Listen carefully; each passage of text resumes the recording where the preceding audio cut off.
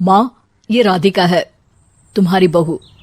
राधिका गांव में हॉस्पिटल में नर्स का काम करती है।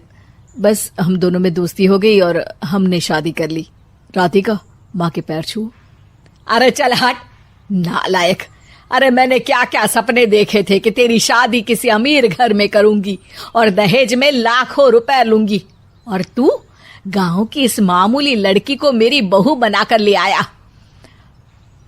लेकिन बेटे की जिद के आगे सुनीता देवी मजबूर हो जाती है। राधिका सुनीता देवी को फूटी आंख भी नहीं भाती थी। तुम चिंता मत करो भाग्यवान, हम दोनों मिलकर अपनी बहू को इतना सताएंगे कि वो हमसे तंग आकर ये घर छोड़कर चली जाएगी। फिर हम अपने बेटे की शादी किसी बड़े सेठ की बेटी से कर देंगे, ठीक है? अगले दिन सुनीता देवी अपने बेटे का कमरा साफ कर रही होती है। तभी बहू के सामान में उसे एक बड़ी बड़ी मूंछों वाले आदमी की तस्वीर दिखाई देती है और उसके कंधे पर एक बड़ी सी बंदूक टंगी होती है। तस्वीर के नीचे लिखा होता है डाकू मंगल सिंह। ये किसकी तस्वीर है बहू? ये मेरे पिताजी की तस्वीर है। बस फिर क्या था। ये सुनते ही सुनीता देवी के हाथ पैर कांपने लगते हैं। वो भागती हुई सीधा अपने पति के कमरे में जाती है। अरे गजब हो गया जी, गजब। अरे क्या हो गया भाग्यवान? हमारी बहू एक मशहूर डाकू मंगल सिंह की बेटी है। हे भगवान, अब क्या होगा? क्या कहा? डाकू मंगल सिंह? अरे मर गए रे। सुना है वो तो बड़ा ही खतरनाक डाकू है, मारता ज्यादा है गिनता कम है। लोग तो लोग, पुलिस वाले भी उसके नाम से कांपते हैं। अरे सुना है वो तो हर हफ्ते 2-4 लोगों का ऊपर का टिकट कटवा ही देता है। हे भगवान, अब हम क्या करेंगे? ये हमारे नालायक बेटे ने कैसी मुसीबत हमारे गले बांध दी। हाँ वो तो है, अगर हमने बहू को जरा भी तकलीफ दी तो उसका बाप मंगल सिंह हमें गोली से उड़ा देगा। अब जो मैं कहता हूँ उसे ध्यान से सुनो। तुम बहू से बिल्कुल घर के काम मत करवाना, और ध्यान रहे उसे किसी प्रकार की तकलीफ नहीं होनी चाहिए, समझ गई ना? और ऐसा ही होता है। अगले दिन सुनीता देवी रसोई में खाना बना रही होती है कि तभी, ये क्या माँ जी, मेरे रहते आप खाना बना रही हैं? चलिए हटिए, मैं खाना बना देती हूँ। अरे नहीं नहीं बहू, तू यहाँ क्यों आ गई? जा, तू अपने कमरे में जाकर आराम कर, मैं खाना बना लूंगी। सुनीता देवी जिद करके राधिका को भेज देती है। फिर एक दिन, अरे फर्श पर कितनी धूल जमी है, माँ जी देखेंगी तो नाराज हो जाएंगी, मैं अभी यहाँ पोछा लगा देती हूँ। राधिका जैसे ही पोछा लगाने लगती है कि तभी उसके ससुर की नजर उस पर पड़ती है। बंसीलाल भागता हुआ वहां आता है। अरे नहीं नहीं बहू, तुम ये क्या गजब कर रही हो? बहू तो बेटी समान होती है और हम ना अपनी बेटियों से काम नहीं करवाते।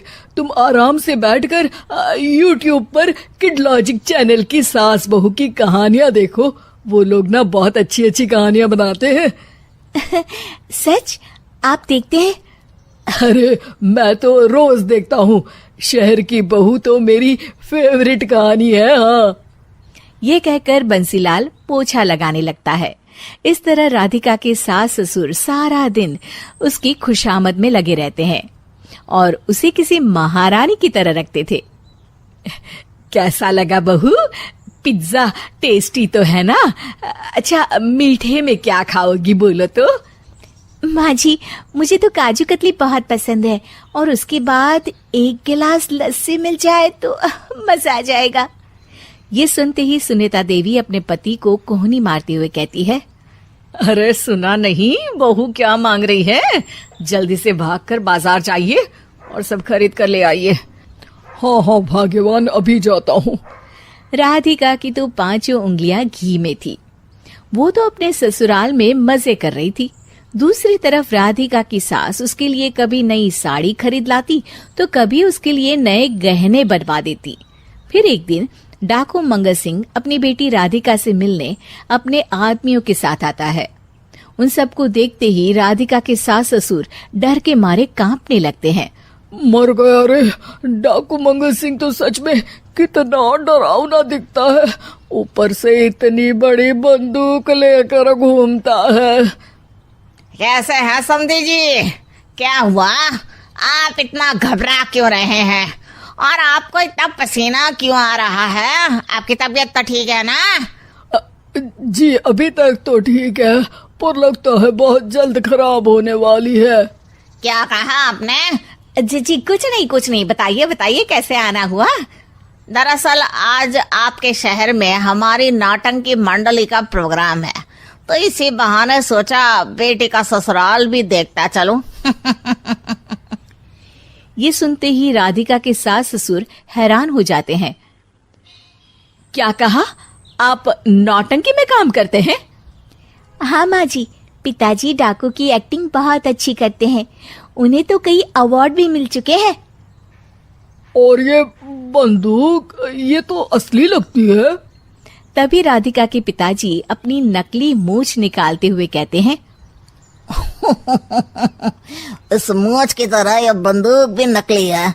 ये तो छर्रे वाली बंदूक है, इससे तो मैंने आज तक चिड़िया भी नहीं मारी।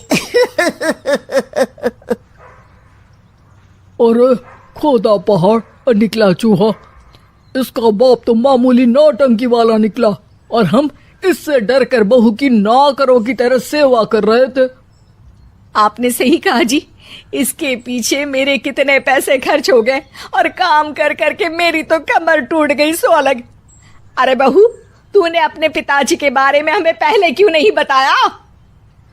राधिका मुस्कुराते हुए कहती है, आपने तो कभी पूछा ही नहीं ना माँ जी।